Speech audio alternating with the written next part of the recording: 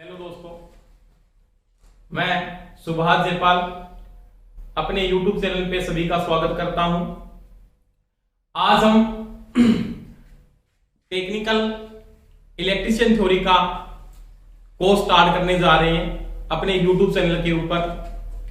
तो सभी स्टूडेंट इस कोर्स को शेयर करें, लाइक करें और सब्सक्राइब करें। आज अपने सभी भर्तियों का जैसे टेक्निकल हेल्पर की भर्ती आने की संभावना है, इसमें सभी की है घोषणा की जा रही है कि टेक्निकल भर्ती की विज्ञप्ति अगले मंथ में जारी हो सकती है।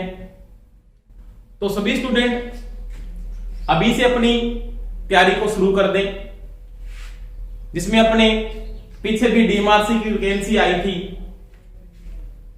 डीएमआरसी होगी, एनएमआरसी के भी फॉर्म अपलोड हुए हैं।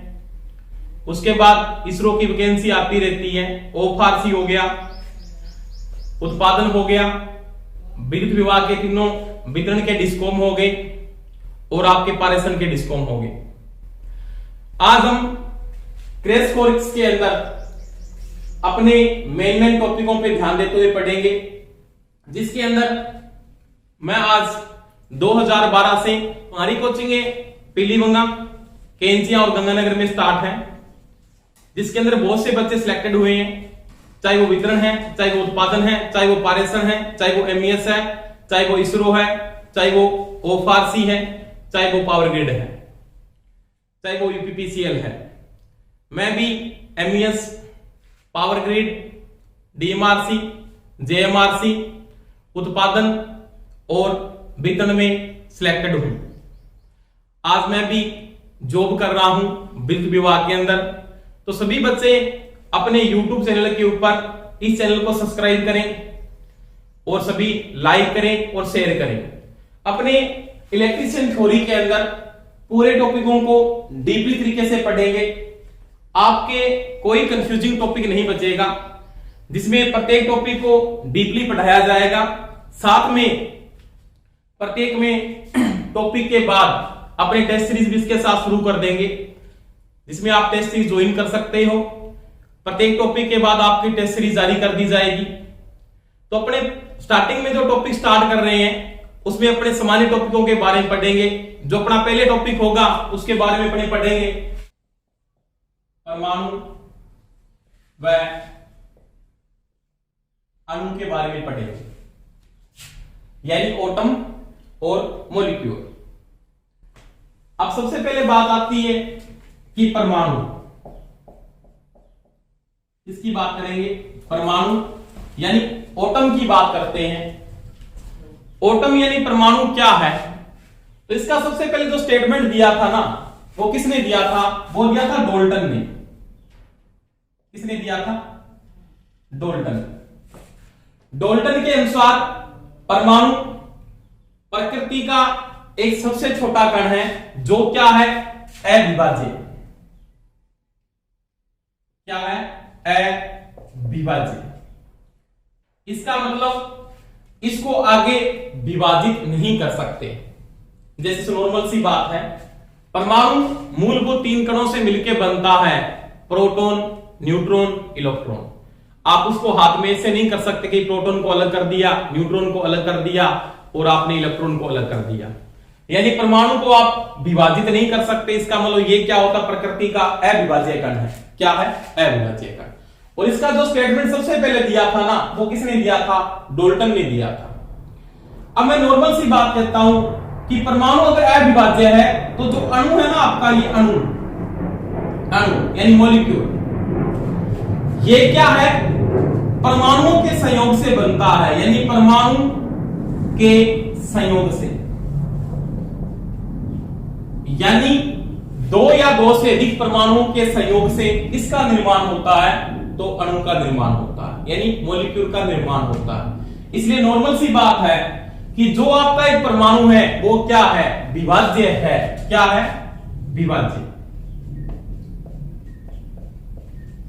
यानी इसको विभाजित किया जा सकता है किसमें? परमाणुओं में। यानी परमाणुओं के संयोग से क्या बनता है? अणु बनता है। अब नॉर्मल सी बात है, ये जो परमाणु है ना, इनका संयोग होगा तो क्या बनेगा, अणु बनेगा। परंतु अणु होते हैं वो दो प्रकार के बनते हैं। जैसे एक तो होता है समद्वि परमाणु अणु, और दूसरा होता है विषम, यानी फर्स्ट आपका कौन सा है, सम, और दूसरा कौन सा इसका, विषम द्वि परमाणु अणु। सम का मतलब समान, समान जैसे सिंपल सी बात है, H प्लस क्या बनेगा, H, इसका मतलब क्या बन गया, H2, hydrogen.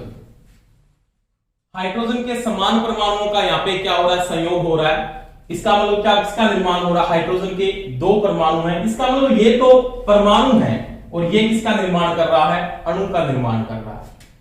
O plus O यानी O2 किसका निर्माण कर रहा है, ऑक्सीजन।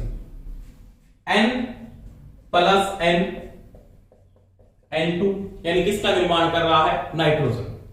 तो यहां पे नॉर्मल सी बात है, ये एक एक परमाणु है, परमाणुओं के संयोग से क्या बढ़ रहा है, अणु बढ़ रहा है। और ये परमाणु है कौन से हैं, समान परमाणु। हाइड्रोजन तो हाइड्रोजन, ऑक्सीजन तो यहां पे ऑक्सीजन, नाइट्रोजन तो यहां पे नाइट्रोजन। तो यहां पे समान परमाणुओं का क्या हो रहा है, संयोग हो रहा है। विषम में वो क्या बोलता है, असमान परमाणुओं के संयोग से। असमान जैसे हाइड्रोजन प्लस क्लोरीन यानी क्या बनाते हैं, HCl। तो ये अणु बढ़ रहा है, इसमें क्लोरीन का एक परमाणु है और हाइड्रोजन का एक परमाणु। तो ये तो हाइड्रोजन का परमाणु हो गया, ये किसका है, क्लोरीन का है। जैसे पोटेशियम प्लस हाइड्रोक्साइड तो क्या बनेगा, पोटेशियम हाइड्रोक्साइड। तो ये असमान परमाणुओं का संयोग हो रहा है, यानी यहाँ पे पोटेशियम का परमाणु एक है, हाइड्रोक्साइड का परमाणु एक है, तो क्या बन रहा है, पोटेशियम हाइड्रोक्साइड बन रहा है। तो ये कौन सा परमाणु कहलाएगा, विषम का मतलब असमान परमाणु है। कौन से हैं, असमान। असमान परमाणु के संयोग से कौन सा बनता है, विषम द्विबाहु परमाणु अणु बनता है। तो ये भाई अणु है ना, ये क्या है, विभाज्य है। किसमें विभाजित किया जा सकता है, इसको परमाणुओं में आप विभाजित कर सकते हो। तो आपका परमाणु है वो विभाज्य नहीं है, किसके अनुसार, डाल्टन के अनुसार वो अविभाज्य है। दूसरी बात एक नॉर्मल सी बात है, आप परमाणु की इसके बाद में अगर बात करते हो तो डाल्टन के अनुसार परमाणु में यह भी बात आती है कि कोई भी परमाणु जब रासायनिक क्रिया में भाग लेता है, किसमें भाग लेता है, रासायनिक क्रिया में। जैसे आपके पास H2 प्लस SO4 यानी हाइड्रोजन प्लस सल्फेट, दोनों के संयोग से क्या बनता है, H2SO4 यानी तनुगंधक का अम्ल, या इसको बोलते हैं सल्फ्यूरिक एसिड। क्या बोलते हैं, सल्फ्यूरिक एसिड। तो यहां पे देखो हाइड्रोजन के कितने परमाणु हैं, दो परमाणु हैं। सल्फेट के कितने परमाणु हैं, दो परमाणु हैं। यहां पे हाइड्रोजन के कितने परमाणु हैं, दो परमाणु हैं। सल्फेट के कितने हैं, चार परमाणु हैं। तो वो ये बात बोलता है कि रासायनिक क्रिया के दौरान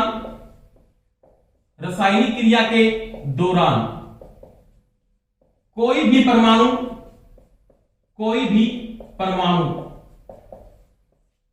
नष्ट नहीं होता। यानी रासायनिक क्रिया के दौरान जितने परमाणु आपके भाग लेंगे उतने ही परमाणु आपके आगे जाके उत्पन्न हो जाएंगे। यानी कोई भी परमाणु रासायनिक क्रिया के दौरान नष्ट नहीं होता। जैसे आपने यहां पे बात की थी कि पोटेशियम का एक परमाणु था, वो हाइड्रोक्साइड के साथ क्रिया कर रहा है, तो क्या बना रहा है, पोटेशियम हाइड्रोक्साइड बना रहा है। क्या बना रहा है, पोटेशियम हाइड्रोक्साइड बना रहा है। देखो रासायनिक क्रिया के दौरान अपनी बात कर रहे थे कि परमाणु नष्ट नहीं होता है। उसके बाद देखो इसका भी एक अपवाद है। क्या है, अपवाद। किस क्रिया को, नाभिकीय विखंडन। नाभिकीय विखंडन के दौरान यूरेनियम टूटकर बेरियम और क्रिप्टोन का निर्माण करता है। तो इसका एक अपवाद है कि नाभिकीय विखंडन के दौरान कोई पदार्थ यानी परमाणु अलग रासायनिक क्रिया में भाग ले रहा है, यानी वहां पे नाभिकीय विखंडन में यूरेनियम भाग ले रहा है और किसका निर्माण हो रहा है, बेरियम या क्रिप्टोन का निर्माण हो रहा है। तो वो ये कहता है, इसका एक अपवाद है कि नाभिकीय विखंडन के दौरान आपका यूरेनियम टूटकर बेरियम और क्रिप्टॉन का क्या करता है, निर्माण कर लेता है। यानी बेरियम और क्रिप्टॉन टूटकर आप किस में टूट जाते हैं, तो वो यूरेनियम टूटता है किसमें, बेरियम और क्रिप्टॉन के अंदर। दूसरी बात, इसके बाद ये बात करता है कोई भी परमाणु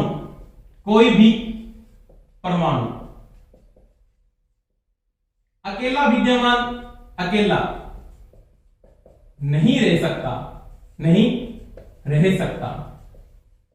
यानी वो संयुक्त होकर रहता है।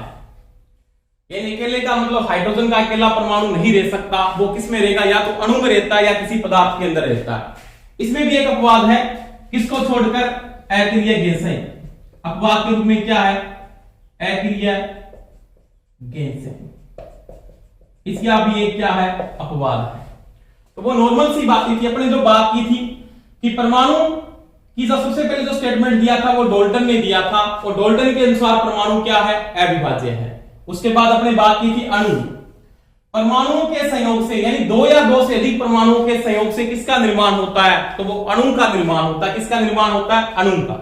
इसका मतलब जो आपका जो अणु है वो क्या है, विभाज्य है। उसके बाद आपने बात की थी कि जो आपके पास अणु बनते हैं वो दो प्रकार के अणुओं का निर्माण होता है, एक तो होता है समद्वीप परमाणु अणु और एक होता है विषमद्वीप परमाणु अणु। सम का मतलब जिसमें समान परमाणुओं का संयोग होता है, जैसे H प्लस H क्या बनेगा H2, O प्लस O क्या बनेगा O2, N प्लस N क्या बनेगा N2। और इसमें विषमद्वीप परमाणु का मतलब इसमें असमान परमाणुओं का क्या होता है, संयोग। जैसे हाइड्रोजन और क्लोरीन क्या बनाते हैं, HCl बनाते हैं। पोटेशियम और हाइड्रोक्साइड क्या बनाते हैं, पोटेशियम हाइड्रोक्साइड का निर्माण करते हैं। तो इसमें अपने असमान परमाणुओं का क्या हो रहा है, संयोग हो रहा है। इसके बाद अपने बात की थी कि रासायनिक क्रिया के दौरान कोई भी परमाणु नष्ट नहीं होता। जितने परमाणु आपके रासायनिक क्रिया में भाग लेंगे उतने ही परमाणु आगे जाके उत्पन्न हो जाएंगे। इसका भी एक अपवाद पढ़ा था आपने कि इसका एक अपवाद है नाभिकीय विखंडन। नाभिकीय विखंडन के दौरान यूरेनियम भाग लेता है, परंतु टूटने के बाद क्या बनाता है, बेरियम और क्रिप्टॉन का निर्माण कर देता है। इसके बाद कोई भी प्रकृति का परमाणु अकेला नहीं रह सकता, वो या तो किसी पदार्थ के साथ संयोग करके रहता है, किसको छोड़कर, अक्रिय गैसों को छोड़कर। यानी अक्रिय गैसों को छोड़कर सारे के सारे जो परमाणु हैं वो आपस में क्या होते हैं, मिलकर रहते हैं। यानी किसका निर्माण करते हैं, वो अणु बनाते हैं, और अणु के संयोग से क्या बनता है, आपका पदार्थ का निर्माण होता है। तो ये नॉर्मल बातें थी किसके बारे में, परमाणु व अणु के बारे में। उसके बाद एक बात आती है कि आपका रासायनिक क्रिया के दौरान, इसके बाद अपने बात किसकी करेंगे, रासायनिक क्रिया। रासायनिक क्रिया के दौरान परमाणु भाग लेता है। रासायनिक क्रिया के दौरान परमाणु भाग लेता है, यानी जब आपकी रासायनिक क्रिया संपन्न होती है उस समय कौन भाग लेता है, तो परमाणु भाग लेता है, अणु भाग नहीं लेता। जैसे आपके पास कोई भी पदार्थ आप यूज कर रहे हो, तो क्या आपने पहले यूज किया, जैसे H2 प्लस आपने क्या बोला SO4। H2 तो क्या है, अणु है। SO4 भी क्या है, अणु। क्योंकि हाइड्रोजन के इसमें दो परमाणु है, सल्फेट कितने, 4। सबसे पहले जब ये टूटता है तो क्या होता है, H प्लस H, SO। अब ये हाइड्रोजन का एक परमाणु सल्फेट के एक एक परमाणु के साथ क्रिया करेगा, और ये भी परमाणु इनके एक एक के साथ क्या करेगा, क्रिया करेगा। यानी रासायनिक क्रिया के दौरान परमाणु भाग लेता है, अणु भाग नहीं लेता। ये आपको एक चीज नोट करनी है कि रासायनिक क्रिया के दौरान कौन भाग लेता है, तो रासायनिक क्रिया के दौरान कौन भाग लेता है, परमाणु भाग लेता है। आप ऐसे नहीं कर दें अणु भाग लेता है, कौन भाग लेता है, परमाणु भाग लेता है। इसके बाद अपने बात करेंगे आगे इसकी कि परमाणु किस चीज से, यानी परमाणु तो है वो अकेला है, परंतु परमाणु के आगे मूलभूत कण कितने होते हैं, यानी परमाणु कितने मूलभूत कणों से मिलकर बना होता है। तो ये कितने स्टेटमेंट है परमाणु के जो नॉर्मल अपने को ध्यान रखने हैं। इसके बाद अगले अपने आगे बात करते हैं, वो देखो, यानी परमाणु के कितने मूलभूत कण होते हैं? तो परमाणु के मुख्य 3 मूलभूत कण हैं, जिसमें प्रोटॉन, इलेक्ट्रॉन और न्यूट्रॉन, ये इसके मूलभूत कण हैं। परंतु अन्य क्रियाओं से आप परमाणु में और भागों को बना सकते हो, जैसे पॉजिट्रॉन, तो वो इसका मूलभूत कण नहीं है। परमाणु के मुख्य जो मूलभूत कण है वो आपके पास क्या है? 3 कण है, जिसको अपने पढ़ते हैं ना, तो नॉर्मल सी बात होती है, जैसे आपके पास एक परमाणु है, ये आपके पास क्या है? एक एटम है, और ये परमाणु का क्या है जी? नाभिक। क्या है? नाभिक। परमाणु के नाभिक का सबसे पहले जो स्टेटमेंट दिया था वो किसने दिया था? वो दिया था रदरफोर्ड, जिसको अपने बोलते हैं रदरफोर्ड का परमाणु सिद्धांत। रदरफोर्ड का परमाणु सिद्धांत। इसने कहा था कि परमाणु का नाभिक एक धनावेशित गोला है। क्या है? धना आवेशित गोला। यानी परमाणु का जो नाभिक है ना, वो एक धनावेशित गोला है। इसका मतलब इसके ऊपर चार्ज कौन सा होता है? नाभिक पे पॉजिटिव। कौन सा चार्ज होता है? पॉजिटिव। क्यों होता? आगे पढ़ेंगे, बातें पढ़े। रदरफोर्ड का जो परमाणु सिद्धांत है उसके अनुसार वो ये बोलता है कि नाभिक है एक धनावेशित गोला है, और उसने इसकी जो खोज की नहीं, इसकी जो खोज की थी वो किस सिद्धांत पे की थी? वो था एल्फा प्रकीर्णन प्रयोग पर। एल्फा प्रकीर्णन प्रयोग पर इसने क्या की थी? रदरफोर्ड ने इसके परमाणु सिद्धांत की रचना की थी। उसने एक बात की थी कि परमाणु का जो नाभिक है ना, एक धनावेशित क्या होता है? गोला होता है, जिसके अंदर नॉर्मल सी बात होती है कि नाभिक में अपने यहां पे 2 चीजें विद्यमान रहती है हमेशा नाभिक के अंदर। एक तो इस नाभिक के अंदर क्या रहता है? प्रोटॉन। क्या रहता है? प्रोटॉन। और एक नाभिक में आपके पास एक चीज और विद्यमान रहती है, जिसको अपने क्या बोलते हैं जी? न्यूट्रॉन। क्या कहते हो? न्यूट्रॉन। देखें नाम से, नाभिक की खोजकर्ता कौन है? रदरफोर्ड। परमाणु की खोजकर्ता कौन है? डाल्टन। परंतु आपको कोई यह पूछ लेता है कि प्रोटॉन का जो स्टेटमेंट सबसे पहले दिया था, यानी प्रोटॉन का सबसे पहले जो स्टेटमेंट दिया था वो किसने दिया था? वो दिया था भाई गोल्डस्टीन ने। किसने दिया था? गोल्डस्टीन। यानी प्रोटॉन का सबसे पहले स्टेटमेंट दिया था वो गोल्डस्टीन ने दिया था। जैसे अपने एक बात करते हैं, नॉर्मल एक बात आती है ना, जैसे इलेक्ट्रिसिटी में अपने नॉर्मल बात करते हैं ना, विद्युत की खोज करता। अब विद्युत में अपने पास जो बात करते हैं वो 3 प्रकार की विद्युत अपने यूज की जाती है। जैसे एक तो आता है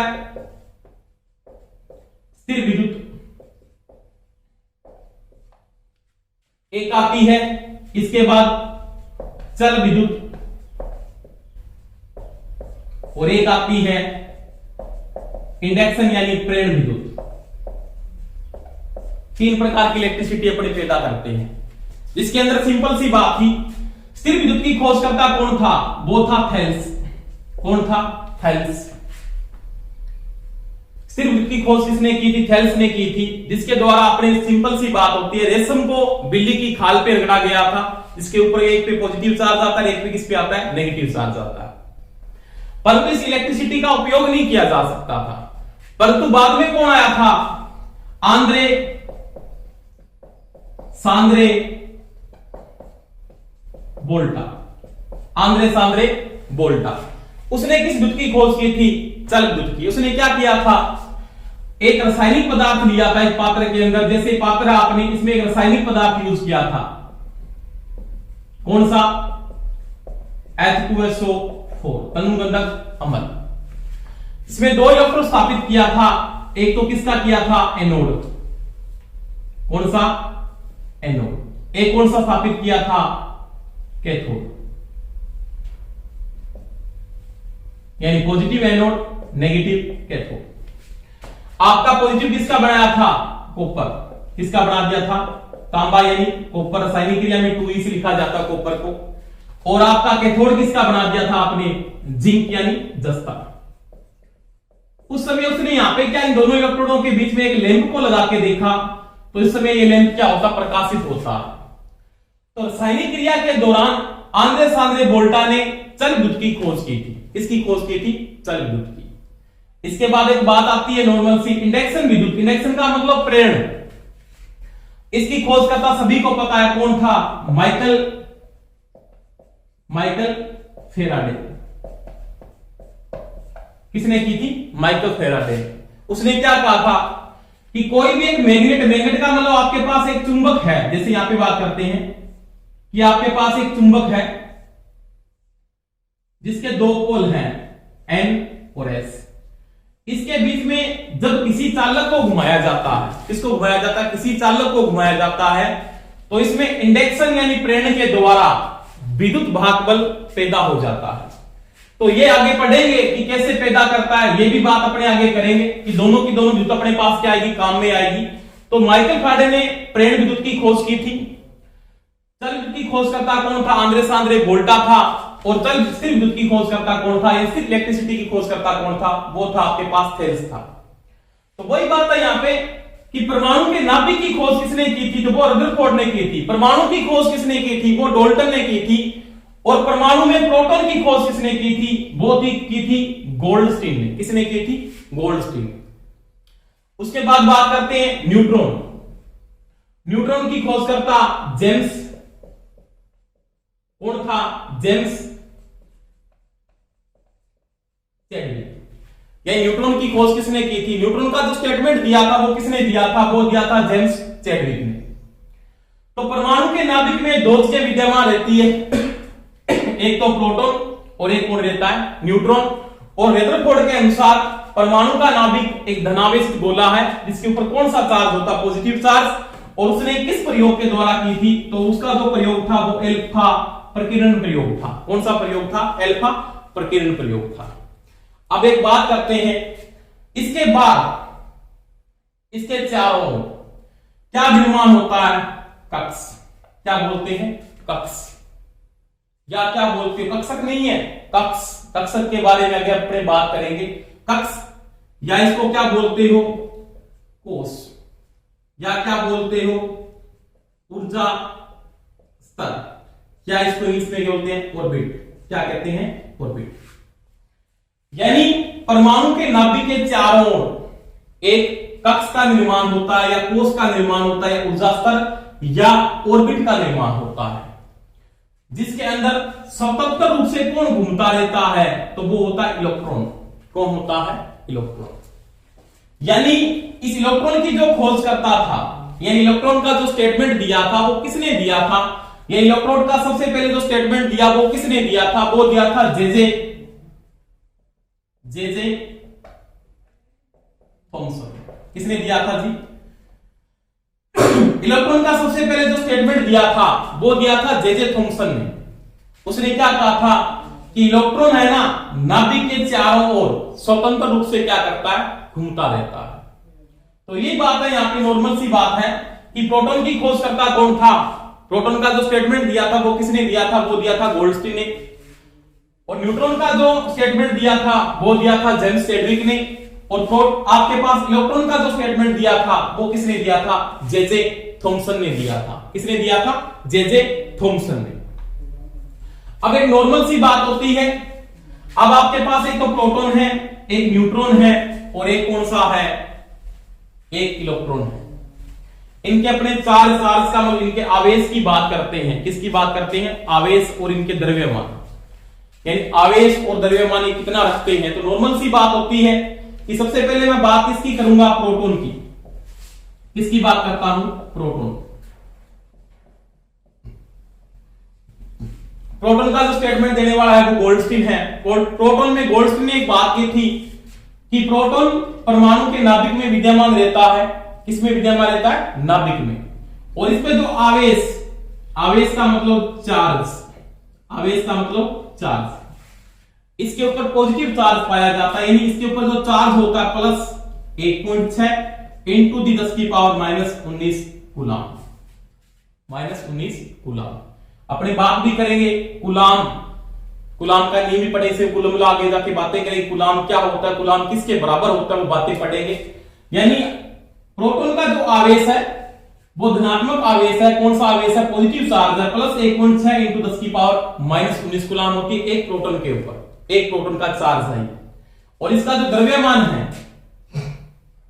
इसका द्रव्यमान कितना होता है भाई?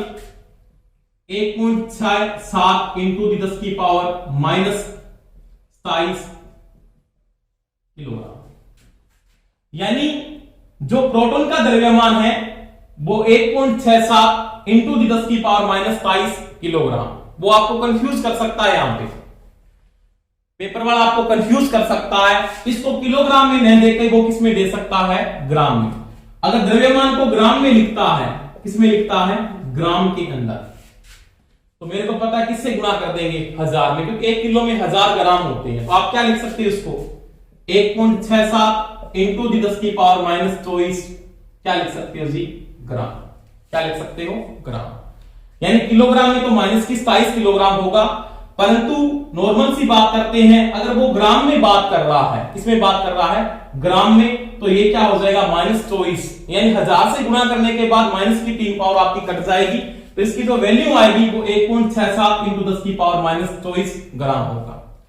उसके बाद बात किसकी की थी आपने? उसके बाद आपने बात जो की थी वो किसकी की थी? आपके पास न्यूट्रॉन है। किसकी बात की थी? न्यूट्रॉन। अब देखो न्यूट्रॉन है ना, न्यूट्रॉन पे कोई भी आवेश नहीं होता।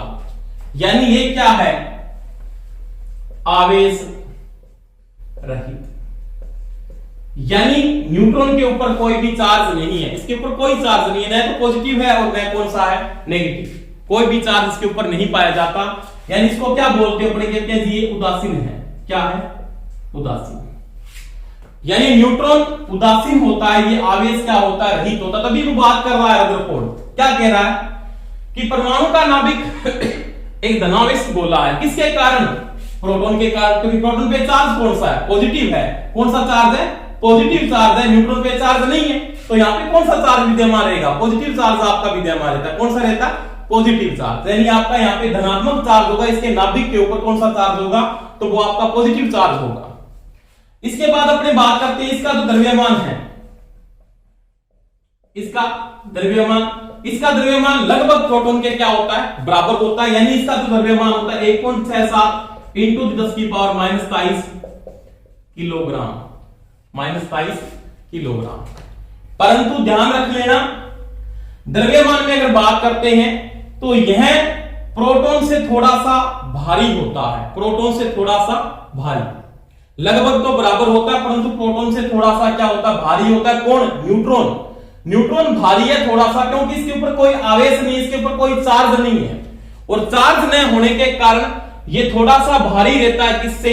प्रोटॉन से। अगर अपने चार्ज में अगर भार में अगर इनकी बात करें ना कि भार सबसे ज्यादा किसका होगा, तो मैं बोलूंगा सबसे ज्यादा भार आप न्यूट्रॉन का मेंटेन करो। सबसे बड़ा कौन होगा? न्यूट्रॉन। उसके छोटा प्रोटॉन, और उससे छोटा कौन होगा? इलेक्ट्रॉन। यानी इलेक्ट्रॉन क्या होता है? सबसे हल्का होता है। उससे भारी कौन है? प्रोटॉन। और प्रोटॉन से भारी कौन है? न्यूट्रॉन। इसको आप ऐसे भी लिख सकते हो, इससे भारी कौन है? इससे भारी प्रोटॉन। प्रोटॉन से भारी कौन है? न्यूट्रॉन। तो एक ही बात है, दोनों में कोई फर्क नहीं है। यानी सबसे हल्का पदार्थ कौन है? तो वो हल्का है, तो वो है आपका इलेक्ट्रॉन। और सबसे भारी किसकी बात करेंगे आप? न्यूट्रॉन की बात करते हैं। तो ये बात थी आपकी कि आपका जो प्रोटॉन का आवेश है वो आपके पास पॉजिटिव चार्ज है, इसके ऊपर कोई चार्ज नहीं है, जिसको बोलते हैं उदासीन, या ये होता आवेश रहित होता है। इसका द्रव्यमान इसके द्रव्यमान के लगभग बराबर होता है, परंतु वो ये बोलता है कि न्यूट्रॉन पे कोई आवेश नहीं होने के कारण ये प्रोटॉन से थोड़ा सा क्या होता है? भारी होता है। और भार के रूप में देखें तो सबसे भारी कौन है? न्यूट्रॉन है। और सबसे हल्का कौन है? इलेक्ट्रॉन है। इसके बाद देखो दोस्तों, बात करते हैं किसकी?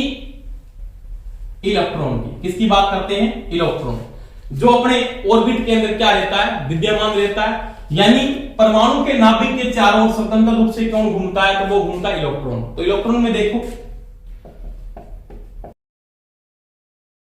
इलेक्ट्रॉन का जो स्टेटमेंट सबसे पहले दिया था ना, वो दिया था जे थॉमसन ने। परंतु एक चीज का ध्यान रख लेना,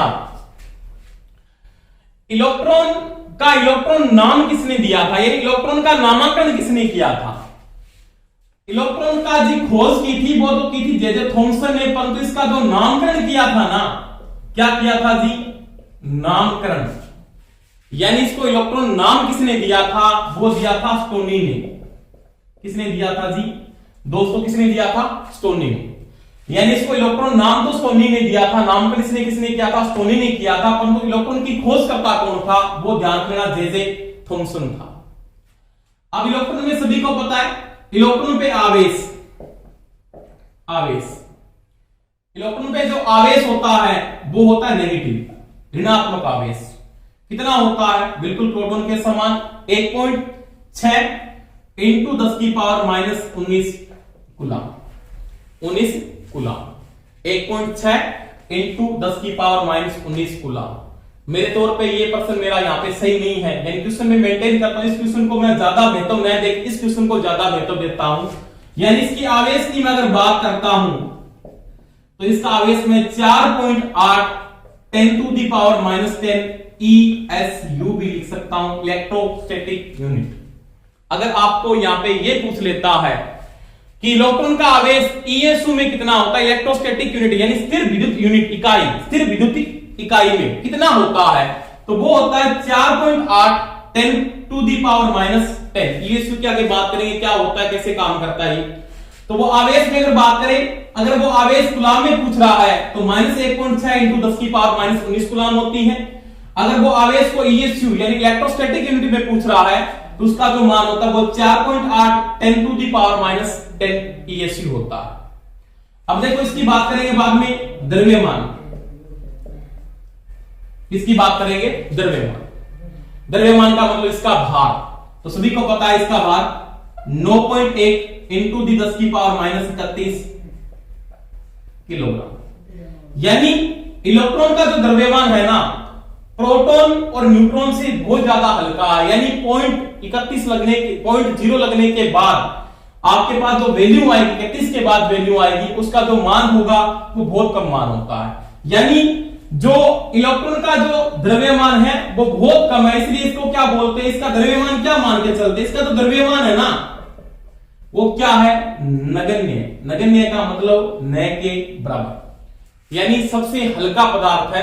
यानी परमाणु का सबसे हल्का पदार्थ है वो कौन सा है? इलेक्ट्रॉन। कौन सा है? इलेक्ट्रॉन। वो बात मैंने यहां पे भी की थी कि सबसे हल्का कौन है? इलेक्ट्रॉन। सबसे भारी कौन है? न्यूट्रॉन। बीच में कौन आ जाता है? प्रोटॉन। यानी प्रोटॉन से भारी है न्यूट्रॉन, इलेक्ट्रॉन से भारी कौन है? प्रोटॉन है। तो ये किसकी बात की थी? अपने इलेक्ट्रॉन की बात की थी। तो यहां पे अपने बात की थी कि जो इलेक्ट्रॉन का जो द्रव्यमान है 9.1 into 10 to the power minus 31 kilogram, इसको वो ऐसे भी लिख सकता है ग्राम के अंदर। कैसे? द्रव्यमान। वही बात 1000 से गुणा करेगा, 9.1 10 टू दी माइनस पावर 28 क्या आ जाएगी? ग्राम। अगर ग्राम में लेके चलता है तो माइनस 28 है, किलोग्राम में लेके चलता है तो माइनस क्या है? 31 है। अब एक चीज का ध्यान रख लेना कि परमाणु अपने मूलभूत 3 कणों से मिलकर बना होता है, प्रोटॉन, इलेक्ट्रॉन और किससे बनता है? न्यूट्रॉन। परंतु एक ध्यान रख लेना, इसका भी एक अपवाद है। क्या है? अपवाद। इसका भी क्या है? एक अपवाद है। एक ऐसा परमाणु है, कौन सा? हाइड्रोजन। दोस्तों एक हाइड्रोजन एक ऐसा परमाणु है जिसके अंदर प्रोटॉन और इलेक्ट्रॉन तो पाए जाते हैं, परंतु इसमें क्या नहीं पाया जाता? न्यूट्रॉन नहीं पाया जाता। हाइड्रोजन एक ऐसा परमाणु है जिसके अंदर क्या पाया जाता है? यानी प्रोटॉन भी होता है और कौन सा होता है? इलेक्ट्रॉन भी होता है, इसमें न्यूट्रॉन नहीं पाया जाता। एक अपवाद है, ये चीज का ध्यान रख लेना। आपको पूछ सकता है हाइड्रोजन में मूलभूत कण में कौन सी चीज नहीं पाई जाती है, यानी कौन सा चीज नहीं पाई जाती, तो इसमें न्यूट्रॉन नहीं पाया जाता। कौन नहीं पाया जाता? न्यूट्रॉन नहीं पाया जाता। यानी हाइड्रोजन एक ऐसा परमाणु है जिसमें प्रोटॉन भी होगा और क्या होगा? इलेक्ट्रॉन होगा, परंतु उसमें क्या नहीं होगा? न्यूट्रॉन नहीं होगा। वो एक अपवाद है। और प्रकृति के सारे जो और परमाणु हैं वो अपने मूलभूत 3 कणों से मिलकर बनते हैं, प्रोटॉन, इलेक्ट्रॉन और न्यूट्रॉन से मिलकर बनते हैं। ठीक है। और दोस्तों हम पढ़ेंगे कल। अपनी ये क्लास आपको अच्छी लगी हो तो इसको शेयर करें, सब्सक्राइब करें और लाइक करें। ठीक है, धन्यवाद।